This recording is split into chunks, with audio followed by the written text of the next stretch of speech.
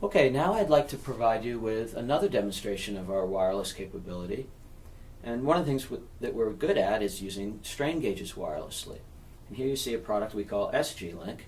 And here you have a demonstration beam made of steel with 1,000 ohm strain gauges bonded to either side. And they're wired up as a half-bridge configuration to amplify bending. Okay? Now what we'd like to do in this demonstration is show you how you can wirelessly adjust the offsets and wirelessly perform a shunt calibration. So this node is node 571. I'm going to right click on it and I'm going to pull down this menu option called Calibration Coefficients, and we're going to pick up the Strain Wizard. Now a Strain Wizard dialog box opens up, and you can see we have the COM port and the node number indicated, and it indicates which channel we're going to calibrate. In this particular device, this SG-Link product has one strain channel, but we make other products like V-Link that have as many as 4 strain channels. In this case, we're going to calibrate channel 1. So if I push this button, Test Settings, it's going to test to make sure we have a good, reliable bidirectional communications link, which we do. Now we're going to move on, because it came back and said node settings successfully tested. Now I'm going to hit Next. And now it's asking me what type of a strain gauge bridge do I have. It could be full bridge, quarter bridge, or half bridge. I'm going to pull down half bridge because that's the type of bridge that I have. I have a strain gauge on either side of a bending beam. Now we're going to go to the next dialog box. Now this dialog box takes advantage of a digital trim pot that we have inside embedded in the SG-Link. When I hit the button on the screen that says Auto Balance, my base station sends a signal to the processor in here telling it to use that digital trim pot to take out all the offsets. So we'll hit Auto Balance, and it balanced it. Now, the balancing, to balance it well, we like to balance it at the halfway point of the 12-bit A to D. So it does its best to get to around 2,000 bits. In this case, it went to, the target was 2,048. Now I'll hit Next.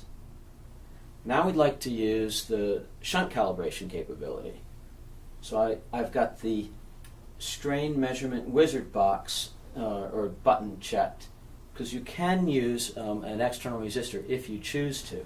But we like to use the strain wizard, which takes advantage of a digital switch on board that switches in a known resistance.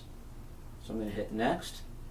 Now in this dialog box, you have to give the computer the information it needs to know how much strain is being simulated. So it needs to know how many active gauges we have, the gauge factor of those strain gauges, their resistance, and the shunt resistance. All the information that you see here in this dialog box is correct. We are going to simulate a strain of 497 microstrain when we send that signal.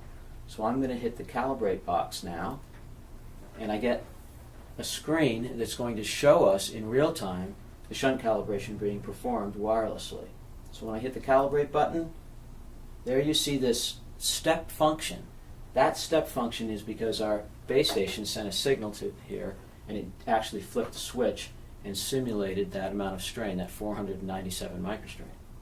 That looks very good to me. And here you see bits on the vertical axis, and across here you see the sweep number on the horizontal axis. So I hit Accept, and it comes back with a slope, basically a conversion factor that says we have 0.69 microstrain per bit.